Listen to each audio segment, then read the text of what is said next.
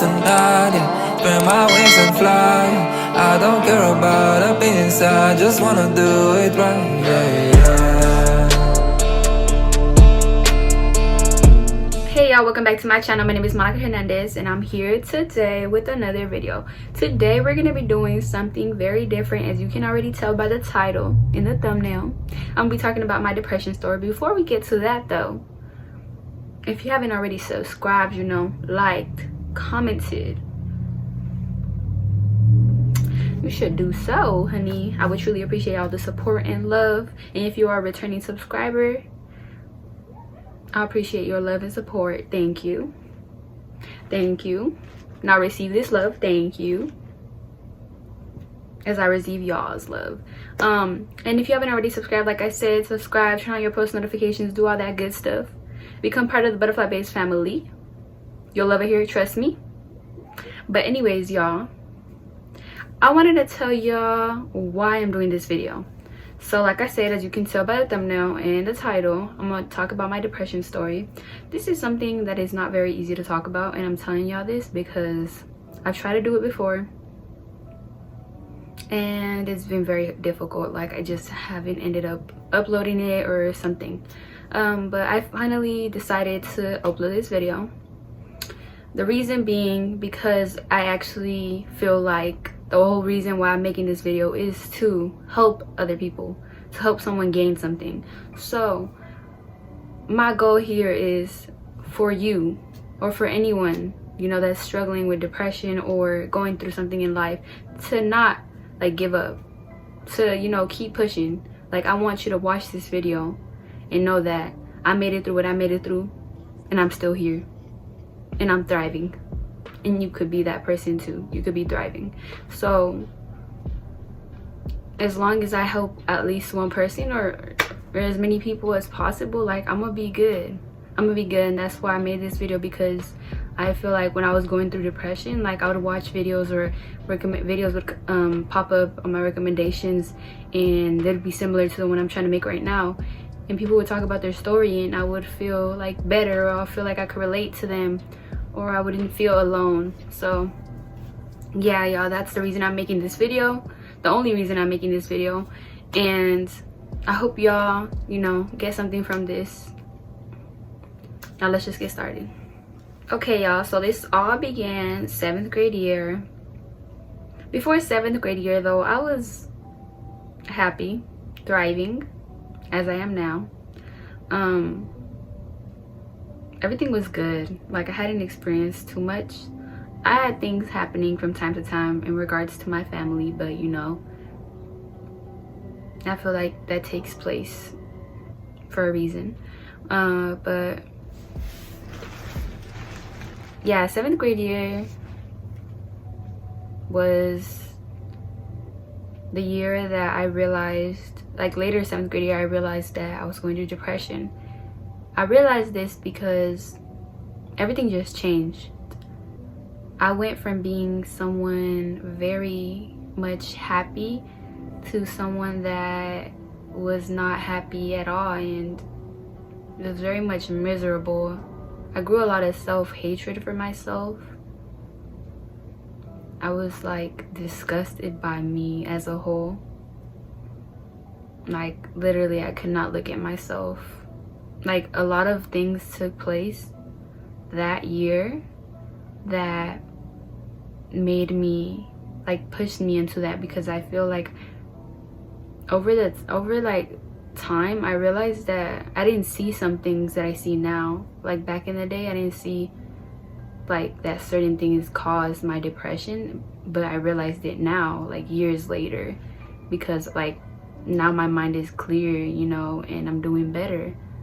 But 7th grade year, I just realized a lot of stuff. I was such a clueless girl. Prior to that year, I was so clueless to how bad people could be to you. I thought everyone was I thought everyone was so genuine. I hadn't really seen the world for what it really was until I really had no choice but to.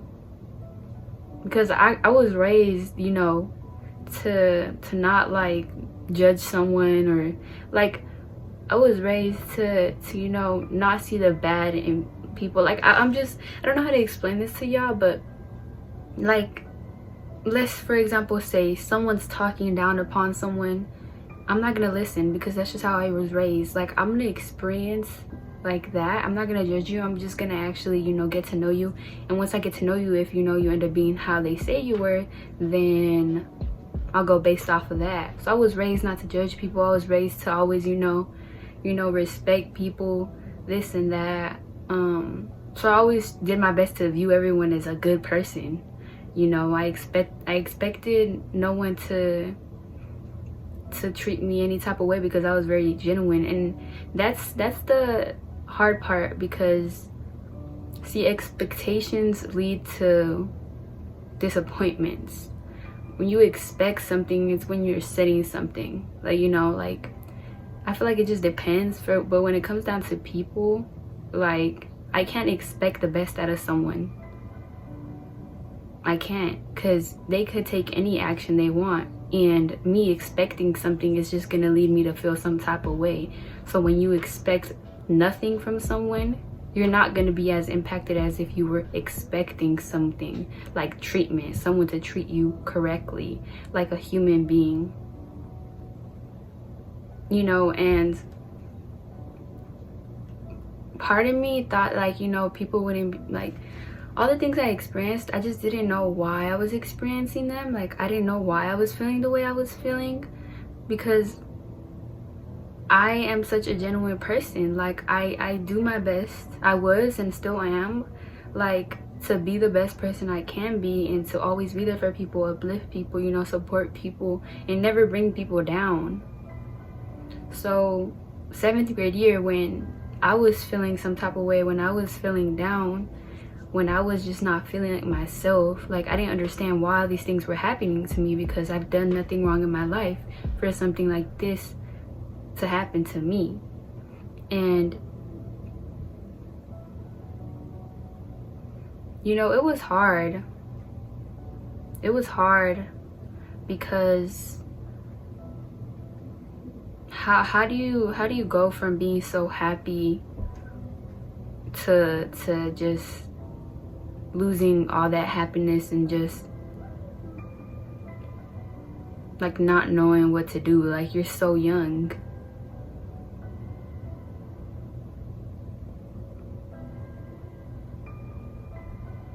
Before that year, I had no trust issues. I had no negative mindset. I was a very positive child. But after that 7th grade year, like everything just changed. And during that time, I wished, like, you know, I wished like everything would just change, and that whatever was taking place wasn't taking place. And now that I think about it, it's like I'm actually glad those things took place. But at the same time, the pain that I was feeling was just hard. It was hard because I didn't talk to my family about it. I didn't have a close bond with my family members like I do now, you know.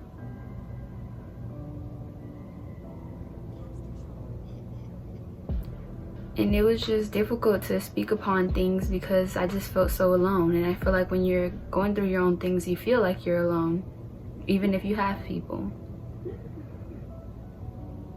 I mean, you never really know if people are really genuinely there for you because they care, or they just want something in return. So what was I to expect from anyone if, like, I've already been treated some type of way that wasn't well, like it wasn't good, like, you know. But yeah, y'all, aside from those things, I also lost motivation. I wasn't doing as good as I was in school. I've always been a good student, but it definitely took a toll on me, you know. I wasn't the best mentally, so obviously if I'm not the best mentally, I'm not gonna do as well academically because I'm barely pushing through myself. So, you know, I would just always isolate myself in my room in the dark, talk to no one, cry myself to sleep, do all those things you hear about when people talk about people who are going through depression or just mention certain things. I was going through all of that. There'd be nights where I just go to the restroom or put my mouth against the pillow just so no one would hear me cry. And I think that was also part in the way I was raised. My parents are very strong individuals, and my dad is the type of person that no matter what he's going through, he always stays strong and never, you know, shows anyone that he's sad. He never cries. So that was part of why like I didn't show my emotion, because I never really saw that on his part. But on my mother's part, like side, like she was very emotional, but she would still be like, you know, keeping herself together so her children wouldn't see her going through whatever she was going through. So, you know, obviously I didn't really feel like I could, you know, open up and talk about anything, because like I said, I didn't have a close relationship to my parents or my siblings. So I just bottled everything up. I bottled everything up. Didn't let anyone know what I was going through. That's what I felt I had to do. Because my mindset at the time, which is not like my mindset back then from now, is nothing. Like, not at all like the same. But my mindset back then was, if I show people I'm sad, if I show people, like, if people see my tears, if they see me like feeling some type of way, I'm gonna feel weak. That's just what I was thinking. Because my parents, you know, and other people that I care about never really showed emotion. So, you know, that's what I thought. I thought if I showed my emotions, I was weak.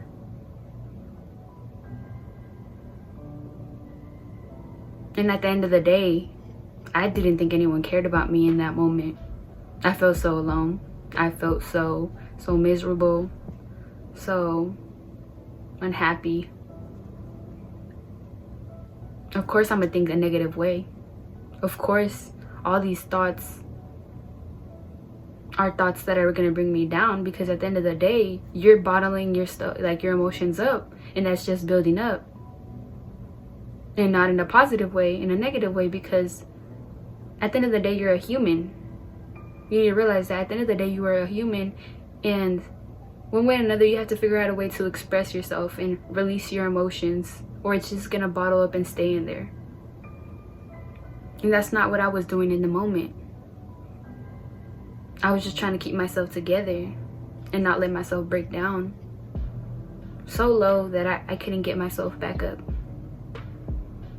So, you know, I obviously, like I said, I kept that hope in the back of my head because I had a close relationship to God. Not like the relationship I have now with God, which is great, super, like I feel super close to God. Back in the day, it was like, you know, I was close to God, but it wasn't like that. But me having that hope pushed me through it, because no matter what, I just kept trying. And it was not something that was easy to do. I may say it like it's easy, but it's not. It took a lot of effort. It took all of me to keep pushing so that I wouldn't give up on myself. So I wouldn't give up on life. So, you know, me trying to not be as negative and trying to have a positive mindset and just keep that hope in the back of my head was very, like I said, very hard, because I was a very negative, like I started being a very negative person, which is something I was not. Before 7th grade year, I was not negative whatsoever. I was a very positive person. I was a very happy person.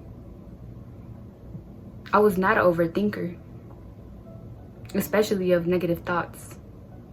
But once it hit 7th grade and 7th grade continued, you know, I became a very negative person. I was an overthinker with tons of negative thoughts about myself and life. And it obviously brought me down a lot.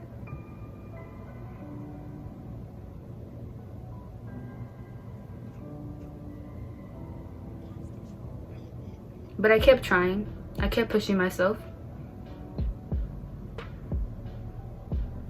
I really tried very hard to you know, keep going, to stay strong, even if I felt completely broken inside.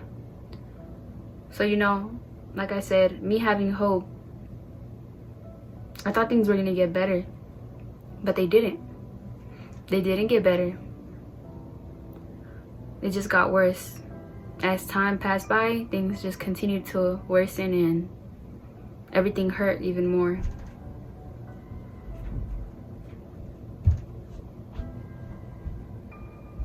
Eighth grade year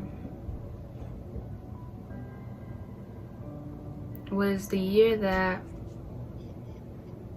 I completely lost myself.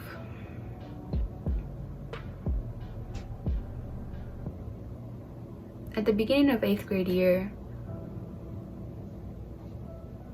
you know, I went from being someone like, I went from 7th grade year to crying myself to sleep all the time, being so negative. It was just, you know, it was terrible, to being at a different place 8th grade year mentally, which was far worse to me. And so the beginning of 8th grade year,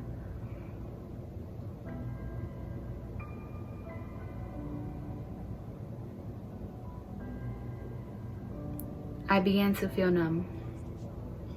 And feeling numb, let me explain to y'all how feeling numb is. You feel nothing at all. You just feel completely empty inside. No emotion whatsoever. It's just like blank. It's like blank. Imagine yourself in the middle of nowhere and all like around you it's just blank. It's just white, everything. That's how it felt. I went from crying all the time, being so sad, you know, at least letting my emotions out by crying, to being someone who didn't cry whatsoever, who bottled things even more up, who just was completely lost. 7th grade year, I was like losing myself. I wasn't entirely lost.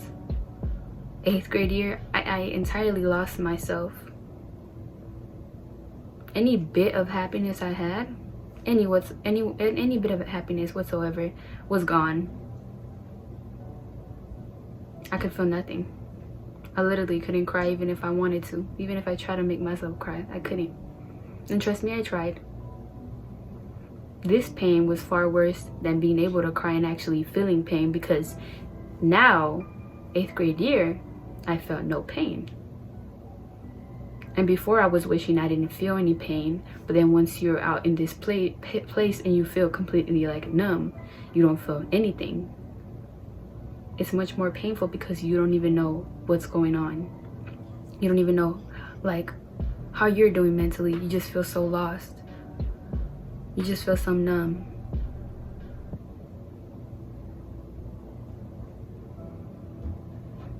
And a lot of people realized that I wasn't myself. They just didn't realize that I was going through depression, because even if I'm going through something, you're always gonna see a smile on my face. That's just me. For so long, I tried to always put a smile on my face so that no one could see the pain. So it just stood there, it just stuck. It didn't go away. So even when I don't want to smile, I'll just be smiling and you'll be like, why are you smiling? Like, this is not a situation to smile. Because I just put up a front so long that I was happy that it just stayed like that sometimes. Like, I'm just, you know? And what people saw, they saw the pain in my eyes. They saw the difference of how I acted.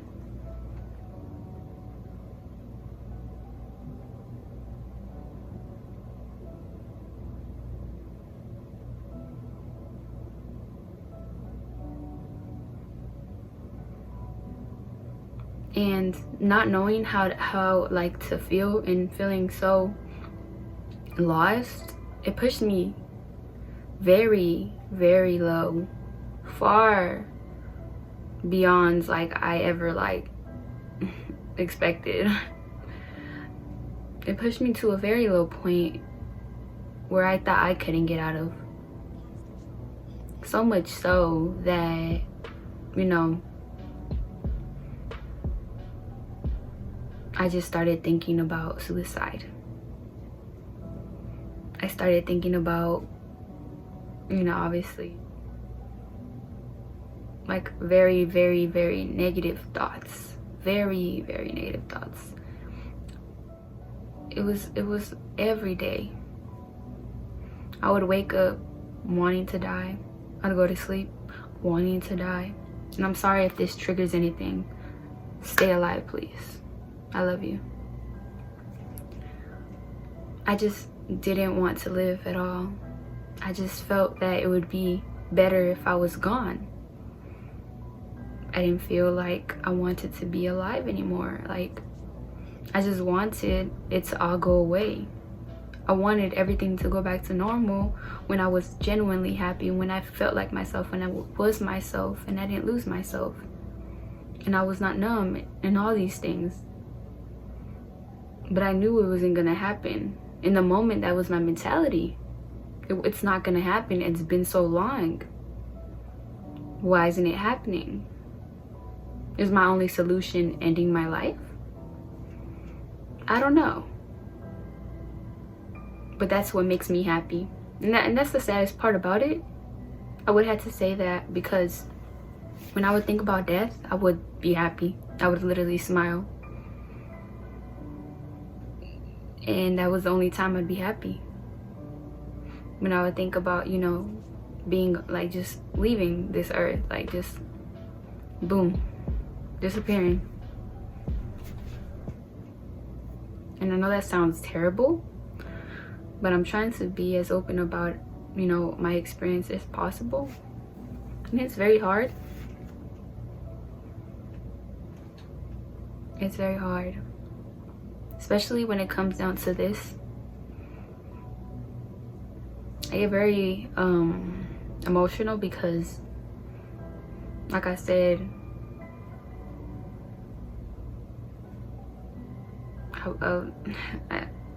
I just didn't want to be alive. So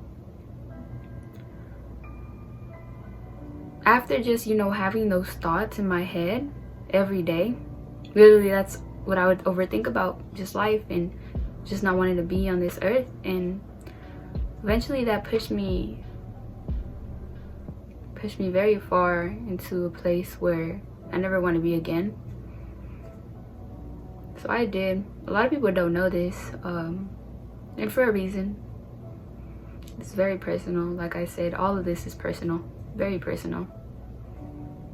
And I hope y'all appreciate me being vulnerable, because this is a very hard subject to talk about, but as long as I'm helping y'all, that's all that matters to me. But yeah, as things just continue to get worse,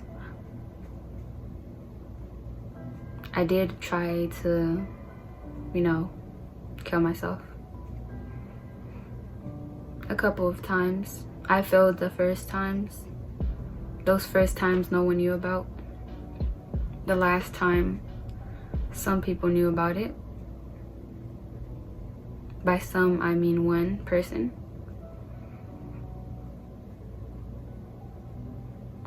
The first time, I wrote a letter. I left it in the restroom, and my brother walked in, my older brother, the oldest one out of two. He saw the note, read the front and the back. He started like questioning me, telling me what's going on. Like, he got mad, called my brother, and they just basically were like, what are you fucking doing? Like, what's going on? Like, so, you know, after they did that, they ended up talking, and I just walked away and just left to my room and just never like talked about it. Like, I just went to my room, isolated myself, and wished they forgot about it. Which after some time, you know, they kind of didn't talk about it after that day, by what I recall. So time passed by. Some family issues took place that very much took a toll on me. So, you know, I might get too in detail about it because I don't want to trigger anyone or like, you know, get too deep into it. But the last time was a time that I knew it was gonna happen. If my sister, which was 5 at the time, didn't walk in while I had something against my throat, I wouldn't be here today. And I thank God. I thank God I got through it. I thank God I didn't do that. I thank God that I'm alive right now, because life is so precious. Life should never be taken for granted. And you know, obviously I wasn't taking it for granted in a sense. It was just the pain I was feeling didn't let me truly see, like, you know, how precious life was. And I was just so clouded by all these negative things that I didn't see things clearly. I felt like that was my only option out. But, you know, I ended up not doing it because I realized that in that moment, I realized how much pain that would cause. I truly realized how much pain that would cause to my family. So when I tell you, do not take your life, because at the end of the day, you know, you're not only hurting yourself, you're hurting your family. You're hurting those that love you, even if they're not your family.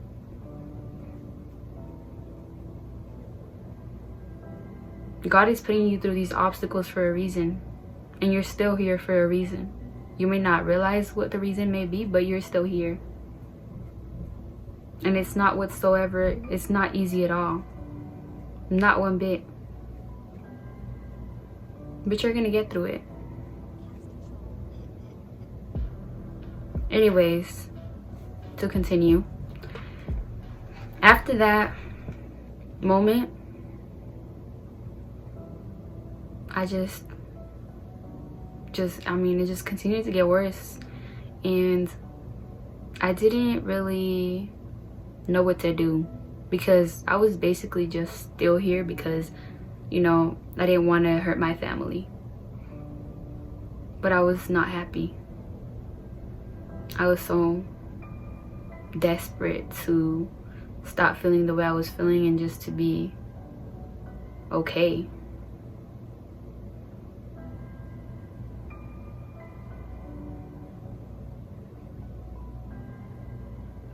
And sometimes, you know, I think about it, but excuse me, y'all.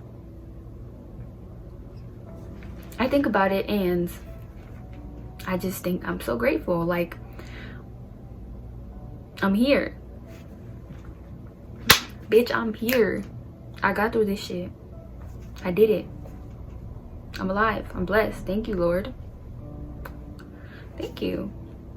But yeah, freshman year came and ooh, my back. I don't know if you heard my back pop. But freshman year came and I was still going through depression. I think things started to improve a little bit though. I wasn't myself yet. Like, I didn't feel like myself. I wasn't happy still, but you know, a little bit of improvement took place and I was getting better. You know, I think just having that hope in the back of my head that things will get better, like, just really helped me. Just not giving up. Just putting a little bit of effort, just a little bit, which is all I could really do, a little bit. I couldn't do any more than that. I was not up to it mentally.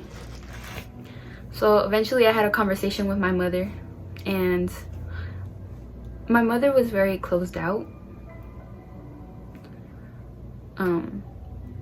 The way that my parents were raised, it's like, you know, it plays part into it, but as well, like, just how they are as people. So my parents really just didn't understand, as many parents don't understand, like, unless they're going through it too. And even sometimes when they're not going through it, like, they can't even understand it because we're all different people with different mindsets. And so I sat down with her one day, and I broke down to her. I broke down for the first time in my life to my mom, crying during all those years. But I remember, like, even my whole life, because even as a child, like, I would cry, but that's a different type of crying. Like, you know, when you're a child, you cry for dumb things.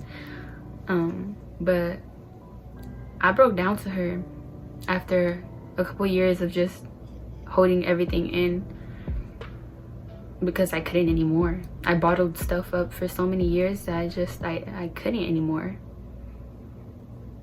So I broke down to her crying, and I told her, like, what I was going through, that I was going through depression. She didn't know about it. No one in my family knew about it. And she told me, like, why are you crying? You know, in the moment she hugged me, obviously, like, she hugged me and she was there for me, but she was like, why are you crying though? Like, you're so young. Literally her words, you're so young, you should be happy. And that kind of brought me down in a sense where it was like, I just felt like I wasn't being heard, because you're worrying about why I'm not happy, but it's like, just you know, be here for me, because you wouldn't understand my pain because you're not going through it. But I understood, you know, in the moment I understood that's just how it is sometimes.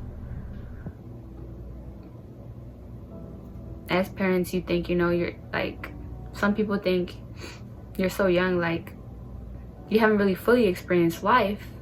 Why are you crying? Like, why are you not happy? Why are you not out there playing, you know, good and stuff? Like, some people just don't, sometimes people don't understand. Some people are so close-minded, they don't, like, allow people to speak upon things, or they just don't try to understand.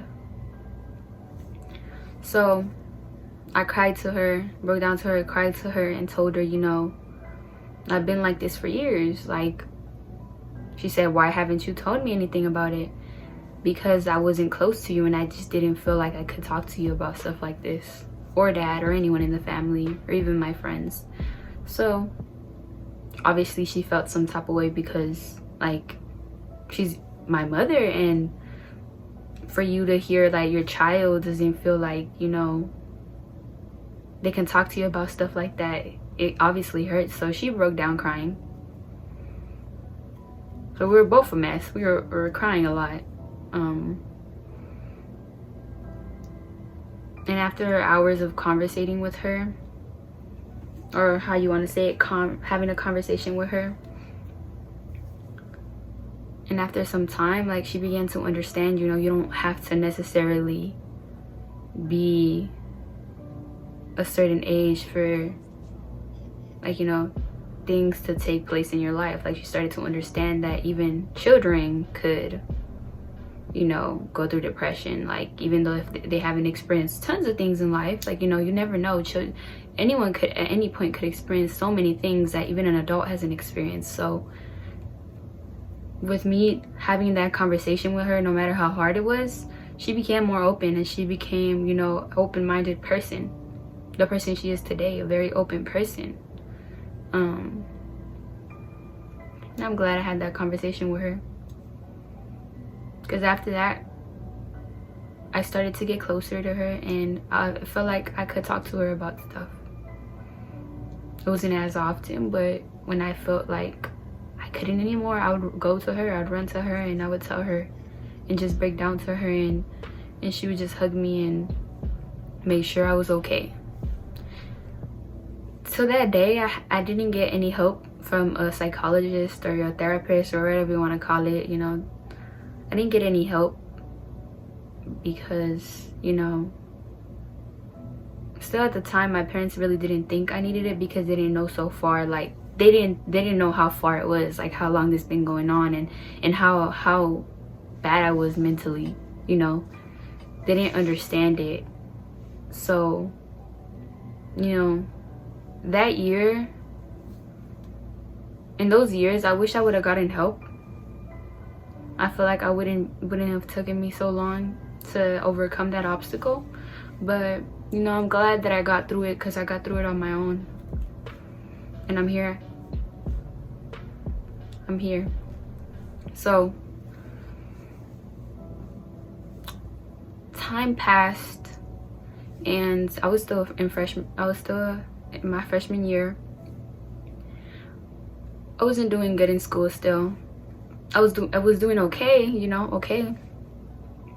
But I wasn't reaching my full potential. And so towards the end of freshman year, I started to, you know, something just lit up in my head, and I just started to try to reach my full potential. Time passed by. Sophomore year, I started thriving.